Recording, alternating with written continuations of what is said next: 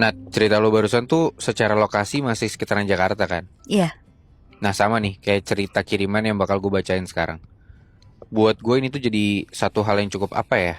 Serem kali ya jadinya karena kita tuh emang tinggal di daerah yang sama kayak si pengirim ini. Tapi kita tuh malah nggak tahu kalau tempat-tempat ini tuh ada. Tempat-tempat yang mungkin emang nggak seharusnya terjamah oleh manusia gitu. Tapi sebelum itu gue bacain dulu salam dari si pengirim cerita ini ya. Oke. Halo Muibi, Nat, kenalin gua Agoy.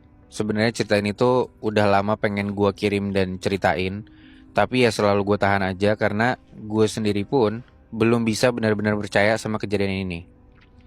Tapi karena sampai sekarang salah satu teman gua sebut aja Daniel, itu keberadaannya masih belum ditemuin, makanya gua rasa ini waktunya buat gue cerita sekaligus bagi pengalaman gua. Gitu, Nat, Moy. Oke. Ini gue ceritain ya. Oke. Ini kejadiannya di awal tahun 2024 lalu. Di sini ada Agoy, si pengirim cerita. Terus ada ketiga orang teman tongkrongannya si Agoy ini. Namanya Daniel, Galih, sama Rico. Hampir berapa hari sekali mereka tuh selalu ketemu. Rutinitasnya ya kalau nggak nongkrong, mabar, ya keliling aja malam-malam naik motor gitu buat nyari tempat aneh dan angker. Apalagi ya mereka ini pada dasarnya emang cukup nggak percaya sama hal-hal mistis. Iseng aja sebenarnya. Terus ada satu malam, pas mereka lagi nongkrong gitu di salah satu warung kopi di pinggiran Jakarta Timur, mereka nyoba cari-cari tempat tujuan eksplorasi berikutnya lah di situ. Terus tiba-tiba ada seorang supir truk tua gitu, join obrolan sambil bilang, nih mumpung lagi di daerah sini, kalau kalian emang mau nyari yang serem beneran, coba lewatin aja. Tikungan Kalimalang Lama. Di sana jalur lamanya tuh katanya suka muncul sendiri kalau tengah malam. Dan kalau kalian emang beruntung, kalian bisa ketemu langsung sama tuan rumahnya, kata gitu. Agoy sama teman-teman ini ngira ya itu bercandaan aja. Tapi pas si supir truk ini nunjuk lokasinya dan coba dicek di Google Maps, beneran gak ada, Nat, Moy. Lupa banget nama jalanannya apa, tapi orang-orang sekitar situ pokoknya punya sebutan nama jalannya tuh intinya katanya ini tuh jalur bekas makam lama yang katanya udah ditutup pas ada pemindahan kuburan warga sekitar secara serentak. Dan karena tertarik, mereka akhirnya mutusin buat nyari jalur ini.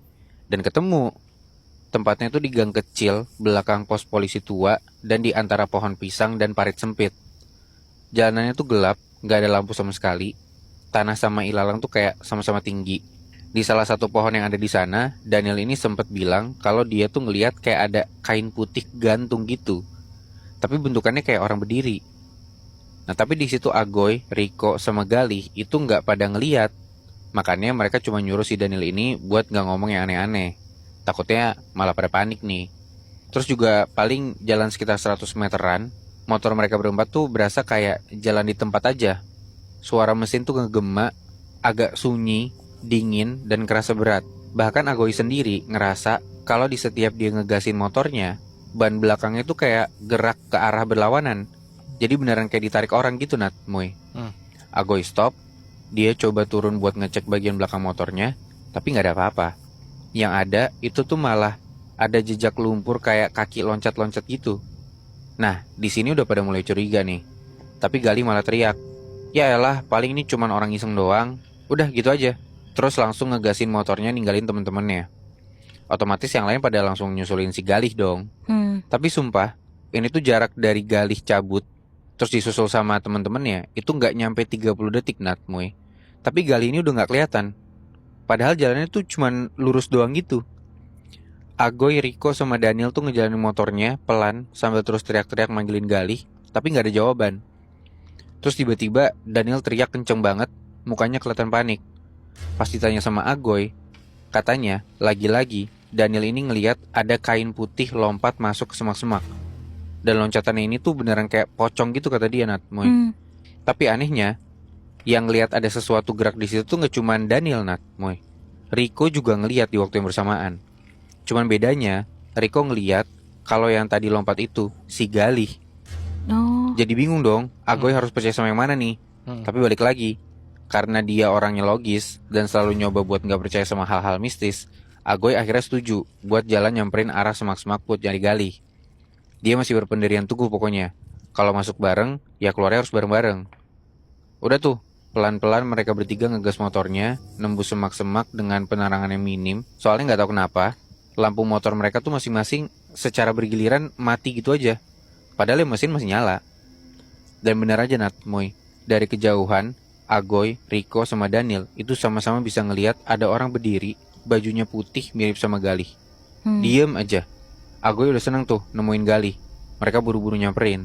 Tapi lo tau gak, pas mereka udah semakin deket, tiba-tiba orang ini tuh nengokin kepalanya pelan ke arah Agoy. Dan dari deket kelihatan, mukanya tuh bukan muka Galih. Mukanya hitam, bengkak, terus matanya tuh putih semua. Sosok ini langsung lari gitu aja. Larinya pun kaku. Nah, kalau udah kayak gini, otomatis Agoy sama Rico jadi percaya dong sama yang dari tadi diomongin sama Daniel. Setelah bertahun-tahun mereka gak percaya sama setan gitu ya, sekarang cuman dalam beberapa detik bener-bener ya percaya gitu kalau ada hal-hal mistis. Mereka muter balikin motornya, terus ngegas ngasal lah. Pokoknya pada cabut kalang kabut tuh, cuman berbekal ingatan arah jalan masuk tadi. Tapi sama kayak cerita lo tadi Nat, tempat-tempat kayak gini tuh emang bisa dengan cepat tuh berubah-ubah kan jalurnya. Orang Agoy, Rico, sama Daniel ini bisa dibilang kaburnya tuh gak bareng. Jalurnya beda-beda semua saking paniknya. Tapi ujung-ujungnya ketemu di satu titik yang sama. Titik dimana jauh di hadapan mereka sekarang tuh udah berdiri satu sosok pocong gede. Ukuran badannya 2 kali ukuran manusia biasa. Matanya merah, mukanya gosong, dan tangannya tuh robek keluar dari kain kafan. Makin lama posisi pocong ini tuh makin maju, lompat pelan-pelan ke arah mereka. Tapi jangkauan lompatannya tuh beneran sejauh itu Nat, Moy. Mereka bingung harus kemana lagi. Tapi pas tiba-tiba dengar ada suara teriakan Galih minta tolong dari balik semak-semak, mereka langsung refleks ngebawa motornya ke arah itu. Tapi ya pokoknya sembari mereka jalan ke arah suara Galih, di sepanjang jalan tuh berdiri banyak banget pocong.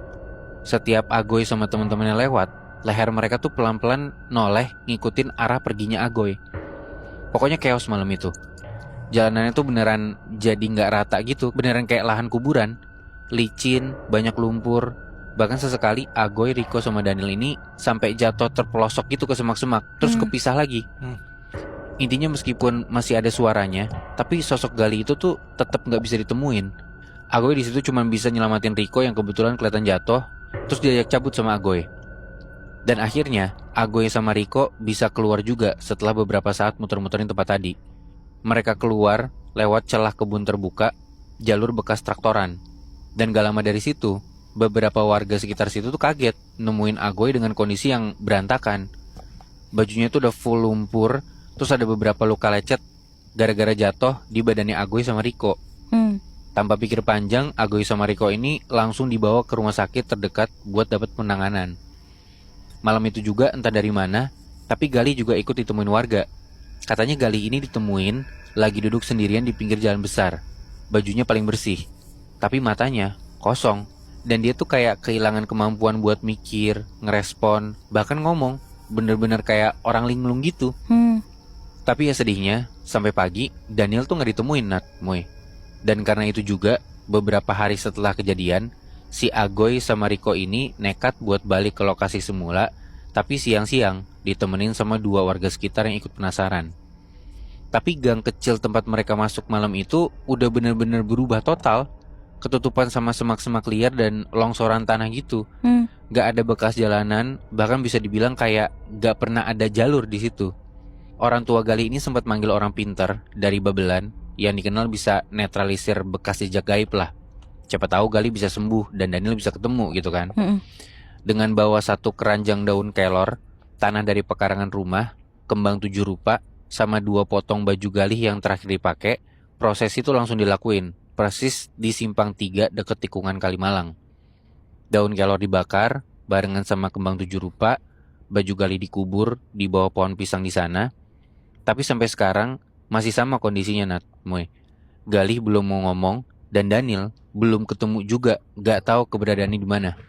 Satu-satunya kalimat terakhir yang diucapin sama Galih itu persis pas tiba-tiba dia ditemuin orang tuanya kebangun di jam 3 dini hari.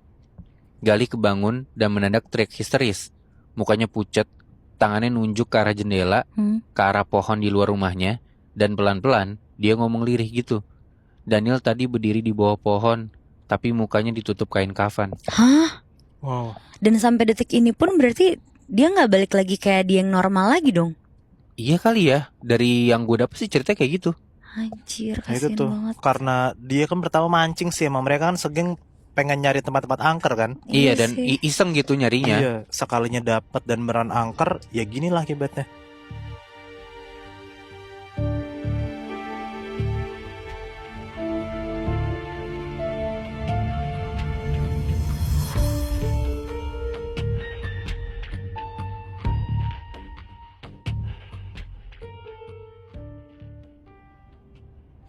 Binat, Hmm. yang namanya kita manusia gitu ya, secara sengaja atau nggak sengaja masuk wilayah yang bukan buat kita, atau bahkan masuk ke dunia gaib gitu. Biasanya kan pasti dapat penolakan kan dari sosok-sosok penjaga. Contohnya kayak cerita lu gitu, Bi. Kayak segeng itu kan ditolak kan sama penjaga Kalimalang itu kan. Nah kalau cerita gua ini beda. Si sosok yang ngejaga tempat ini malah kayak ngebuka, jadi kayak menyambut tamu-tamunya gitu, padahal tamunya tuh manusia. Hmm. Hmm, Jadi rasanya kayak orang-orang ini beneran bertamu ke rumah orang, padahal ya rumah hantu gitu. Yang ngalamin ini sebut aja namanya Hana, dan teman kantornya namanya Andi. Intinya Hana sama Andi ini kerja di kantor yang sama, dan kebetulan juga mereka ini dalam satu tim yang sama-sama surveyor gitu, buat kebutuhan proyek pemetaan wilayah baru. Salah satu tugas mereka itu survei-survei properti. Nah ada satu hari Hana sama Andi ini dapat tugas dari atasannya buat ngecek satu rumah tua gitu, Bi. Nah, daerahnya itu di sekitar Waduk Sawangan, tapi nggak ada alamat yang jelas dari si properti ini. Pokoknya di daerah Waduk Sawangan aja. Hana pokoknya cuma dikasih titik koordinat yang aneh, titik merah tanpa nama jalan, cuman ada sebutannya kayak calon lokasi pengembang, dah gitu doang tulisannya. Hmm. Dan karena di hari-hari itu kerjaan emang lagi padat-padatnya, terus deadline-nya juga makin mepet, jadi Hana sama Andi ini sepakat buat nyamperin tempat itu setelah pulang kerja, which is abis maghrib tuh. Mereka naik transportasi umum, terus lanjut jalan kaki ke tempat ini, ke titik ini. Mereka beneran cuman kayak ngikutin titik koordinat itu aja. Soalnya katanya tuh sepanjang jalan, makin lama makin deket ke alamat yang dituju itu, beneran kayak nggak kelihatan warga sama sekali, Bihnat. Kosong aja gitu. Untungnya nggak usah lama-lama lagi si Hana sama Andi ini akhirnya nemulah properti yang dituju. Di sana cuman ada satu halaman kecil. Halaman ini beneran kayak nggak kelihatan berdebu gitu, kayak beneran masih kayak terawat gitu lah kelihatannya. Nah di tengah kebingungan ini tiba-tiba datanglah nih ada cewek muda gitu ya, tinggi, rambutnya panjang, pakai kayak semacam daster kain batik gitu, pakai sandal kulit. Perempuan ini langsung kayak ngomong ramah gitu ke mereka berdua. Mau survei ya mas, mbak, rumahnya di belakang ya. Saya Ibu Suhut, ayo silakan gitu. Hana pikir Bu Suhut ini bagian dari tim klien. Ternyata si Ibu Suhut ini sebenarnya pemilik rumahnya langsung. Jarang-jarang tuh urusan-urusan properti gini diarahin langsung ke pemiliknya kan. Biasanya kan ada perantaranya tuh. Iya. Mereka ikut Bu Suhut, jalan aja tuh, ngelewatin jalur yang gak jelas, semak-semak sama pohon-pohon bambu gitu. Tapi dari awal Hana ini udah ngerasa kayak nggak enak rasanya, Bihnat. Katanya langkahnya Bu Suhut itu kalau dilihat kayak senyap banget gitu loh, kayak nggak pijak ke tanah. Terus nggak jauh jalan dari situ, udah ada kayak rumah panggung kayu gitu, kayak berdiri sendiri bersih, tapi nggak berpenghuni. Kayak di tengah-tengah hutan gitulah ada rumah panggung ini. Hmm. Pas makin ngedekat, tiba-tiba tuh bau bunga kenanga itu tuh mulai kecium, Bihnat. Bu Suhut langsung naik ke teras buat ngebukain pintu. Tapi begitu kebuka, suara pintu itu nggak sesuai gitu. Suara itu jadi kayak pintu besi gede yang diseret, padahal pintunya pun juga cuma pintu kayu sebenarnya. hmm. Masuklah mereka nih ke dalam rumahnya. Baru juga ngelangkah masuk ke rumah, Bi. Nah, tiba-tiba tuh semua jadi kayak kerasa pelan gitu. Udara sunyi, lembab, dan nggak wajar aja gitu.